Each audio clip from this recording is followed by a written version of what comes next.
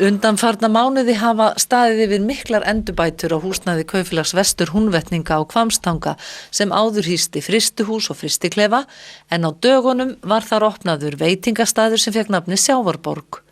Ekki spillir fyrir að á neðri hæð hússins Selasetur Íslands en þangað streyma þúsundir ferðamanna á hverju ári í leit að ævintýrum selanna. Það eru hjónin á Gauksmýri sem reka Sjávarborg enda bara 9 kílómetrar á milli þessara veitingastaða og samlegðar áhrifin augljós.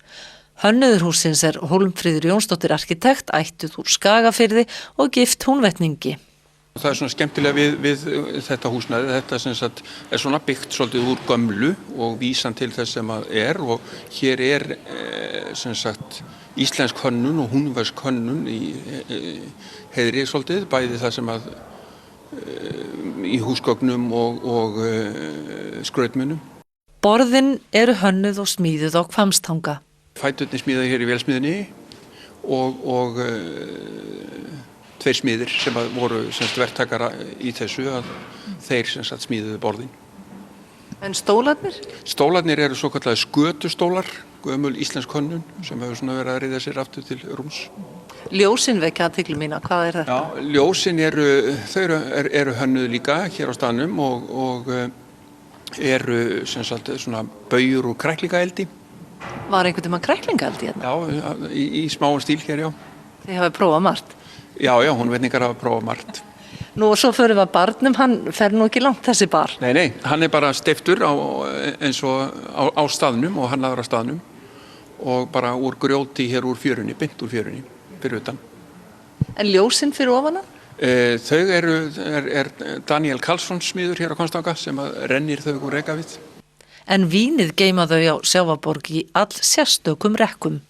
Þetta gamall svona bréfa eða nótustandur frá kaupfélaginu og merktur hverjum bæ og á sér heilmikla sögu hér í héraðinu. Eins og við má búast á matsölustað sem ber nafnið Sjávarborg sjávarfang uppistaða á matseðlinum en ætlunin að breyta honum eftir árstíðum en þessi staður á sína algjöru sérstöðu. Við bjóðum kanínu á matseðlinum og þar náttúrulega hlutur sem að við höfum svolítið sérstöðu í. Hér eina kanínubú landsins og hér eina sláturhús landsins sem hefur leyfi til að slátra kanínum og þar alveg finnst okkur náttúrulega vel til hæfi að eini veitingastaðurinn á Hvammstanga bjóði líka upp á kanínum. Það jafnvel í þessu veðri eins og nú alveg magnað að horfa hérna út um gluggann og hvað þá þegar það gott veður en brimið hérna bara allt kring, af hverju þessi staðsetning?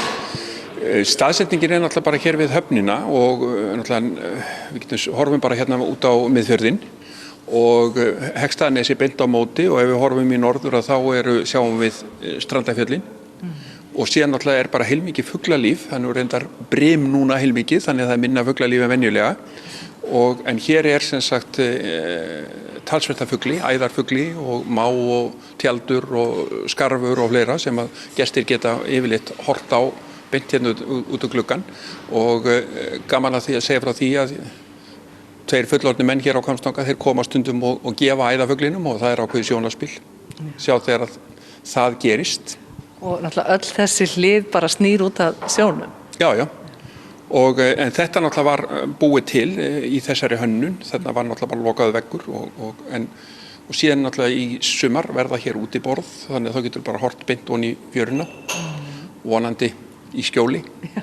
Selasetur Íslands hér á neðri hæðinni og við erum bara hér í nábýli við það og vonandi njóta báðir aðilar góðs af því og síðan hérna í höfninni fyrir sunnan líka sem sagt selasigling og selasiglingabáturinn og það sem heitir Brimill og þeir fara yfir sumartíman með gesti og þannig að ég vona að þetta allt saman bæti hvaðana upp.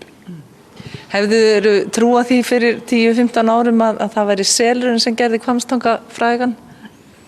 Já, það alltaf spurningar. Ég held að þetta sé svona, ef við notum það orð, konsept sem að gengur upp. Hér eru náttúrulega góð selalátur og aðgengi svona tiltölulega gott. Auðvitað mættu staðirnir vera fleiri þar sem að væri hægt að komast í návi við selin. og ég hef trú á því að þetta muni ekkit annað en bara vaksa á næstu árum. Þið eru smá í skjóli en samt ekki nema 5-6 mínútur frá þjóðvegi 1. Já, sem verulega bara kostur og þetta tekur ekki nema einhverja 5 mínútur. 5 mínúna krókur af þjóðveginum og kannski vita of fáir af þessum skemmtilega stað og ég vil meina það að Hvammstangi er ákaflega fallegt þorp, snyrtilegt þorp sem að flestir ætti að heimsækja.